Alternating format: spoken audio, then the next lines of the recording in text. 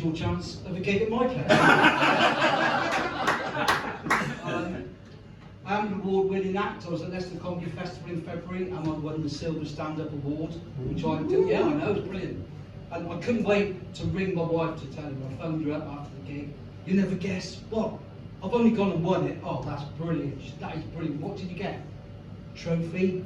Oh, fantastic. Drove home 2 hours later in the living room showing you the trophy. So is this what you won? Yeah. Anything else? No? I have been on the website. Right. When were you going to tell me about the £500 cash prize? Because that's what our relationship has sunk to, basically. No trust whatsoever. No trust.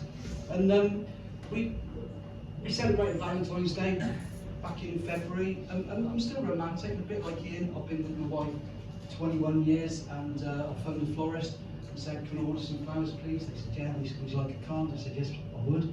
They said, "What do you want on the card?" I said, "I'll just put to Lynn, love Nick." She said, "Would you like a kiss on the bottom?" I said, "That would be fantastic."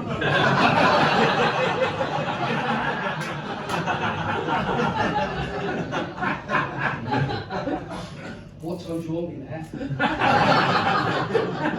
And she said, "No, I meant on the card." I said, "Yeah, I know. I'm a comedian, I'm just making a joke." And quick as a flash, she said, "I bet you don't get many gigs." Which it's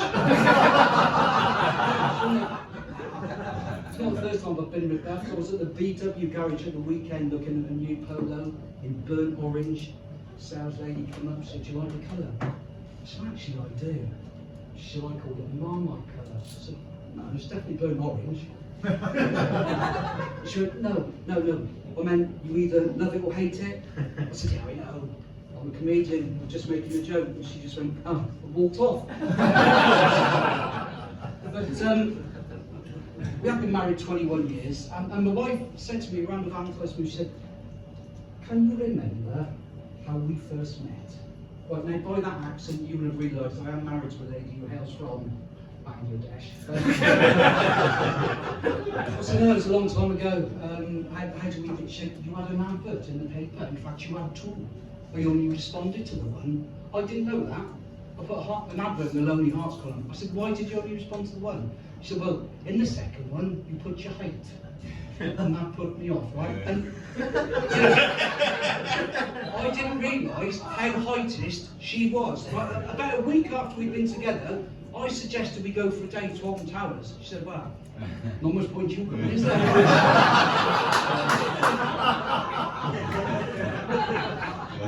I came home another week later. She said, "Do you know what?" she said. "I've done some research, and you're only 9 inches taller than the largest emperor penguin ever recorded."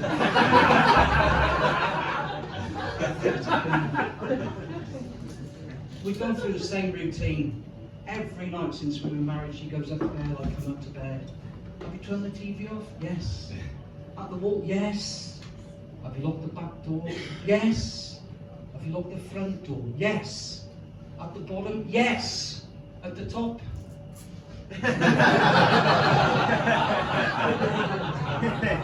And it gets to about November, she says, "Oh, I hate to this time of year." "Do you? Why's that?" "Well, at the bottom, but the bed's always cold, isn't it?" "I don't know, my legs are moving down." To be honest with you. She's not a happy woman. It was her birthday. Today. I got her a spa day, that was wrong. Turns out she hates grocery shopping.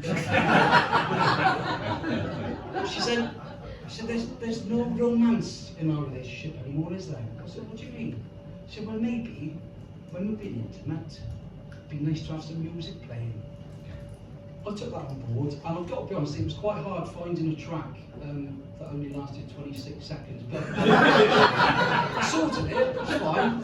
So I put the first track on, "Make It With You" by Bread. That was, do you know, hey, lovely. To be honest, I think my choice of song number 2, the theme from Match of the Day. And just at the end bit where it goes and I practiced, and on that I coordinated slapping her ass and shouting "goal." And apparently that spoiled the mood. So there's no surprises in our relationship either. So the other night, she was in the bathroom getting ready. I went to the bedroom, turned the lights off, lit some candles, hid under the bed, and when she came in, I just grabbed her ankles. And apparently that wasn't the surprise she had in but she did surprise me just before Christmas. She said, "You have remembered, you're picking me up from my work school tomorrow." Now, that did come as a surprise, because she's self-employed and works from home. But no, that's fine. So I turned up at the allocated time, she got in the car, and all I said was, "You had a nice time? Are you saying I'm drunk?" "Oh, no, but clearly you've had a drink." And then we had silence for 5 minutes, and then it started. I don't think you love me." "Oh, God, here we go. In fact, I don't think you ever love me." So, well, I do, I have. Can't guarantee going forward what's going to happen, but, you know, what well, if you love me, you can prove it right now. I said, "How am I going to do that?" She said, "You can make love to me in this car." I said, "Well, that's not going to happen." She said, "Give me one good reason." I said, "Well, I'll give you 3. I said, "Number 1, it's 4 o'clock in the afternoon. Number 2, we're still outside Wetherspoons in the middle of Gloucester. And number 3, we've got your girlfriend Chris in the back because we're giving her a lift home." And that's the thing, right? She's got a girlfriend, they do loads together. I haven't got a problem with that. At the end of April, they're going away for 7 nights on a cruise to Norway. 7 nights away together. I want 1 night away with my girlfriend. Oh, the grief. So we did a bit like him. We did dry January this year, and we still drank, just no sex. But it was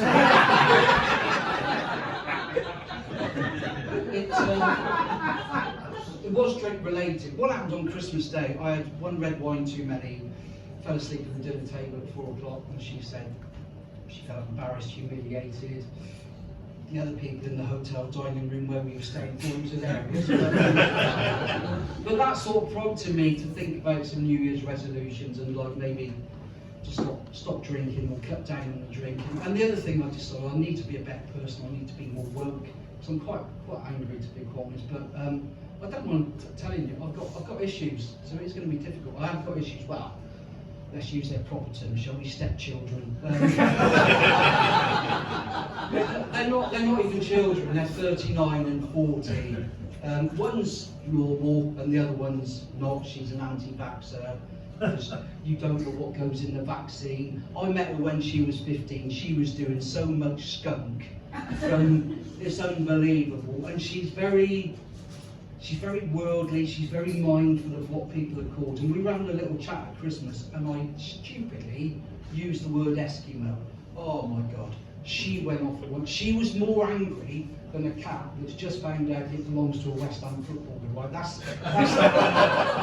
how angry she was. I said, "Nia, it's just a word. It's just something that my generation used. It's discriminatory." I said, "No, it's not. It's just," she said, "the thing is you don't understand discrimination." I said, "Sorry?" She said, "You don't understand discrimination?" I said, "You are joking, I'm ginger." I applied for a gig in Bristol before Christmas. It said acts wanted, particularly those of LGBT persuasion or POC. I phoned them up. I said, "I'm interested in the gig." They said, "Are you LGBT?" I said, "No, I'm not." They said, "Are you POC?" I said, "I don't know. What does it stand for?" They said, "Person of colour." I said, "I am." They said, "What colour are you?" I said, "Ginger." They put the phone down. And I remember, like, when I was a kid, it was the names calling that probably affected me more than anything. Copper Knob, Ginger Nut, Duracell, "You little ginger wanker." And I can remember saying, "Dad, just..." And it wasn't just my father. I came back home. We just gone back to school after Christmas, and it was like January 1963. I think I was 5 or something. You do the maths. And I went in and saw my mum. I said, "Mum?" She said, "What?" I said, "Well, all the other boys in my class were talking about the presents they had on Christmas Day." She said, "And?" I said, "Well, I didn't get any, did I?" And she looked at me straight in the eye and said, "No, you didn't. And that's because Santa don't stop for ginger kids." Yeah. It sounds harsh, I've got two ginger kids. I'm not spending a penny on one for Christmas. It's been fantastic, to be honest. But I'm sort of mindful that we do live in a very politically correct world these days, and you've got to be mindful of what you say up here. And I'll just give you a couple of examples before I go. About a year ago, Bideford in North Devon, historically has always been known as the little white town because of its whitewashed houses. Like, somebody has decided that's offensive, that's racist. They've now had to have that title removed from all their signs. People in Whitehaven shit themselves. I've got to be honest, that joke normally gets a far better laugh. And you've been really good up to that point, and now you've just let yourselves down. But just a little bit closer to home, I went to my local Greggs last week and said, oh, can I have, I'll have that Cornish pasty. She said, I can't sell you that. Well, is there something wrong? She said, no, but I can't sell you it as a Cornish pasty because we've had a memo from head office to say we can't call it Cornish pasty because it's not made in Cornwall. I said, well, what is it? She said, we have to call it a traditional pasty. I said, well, what's in it? She said, meat, potato and veg. The bloke behind me said, I might as well eat. I said, where are you off to? He said, well, I want 2 Eccles cakes and a Danish pastry.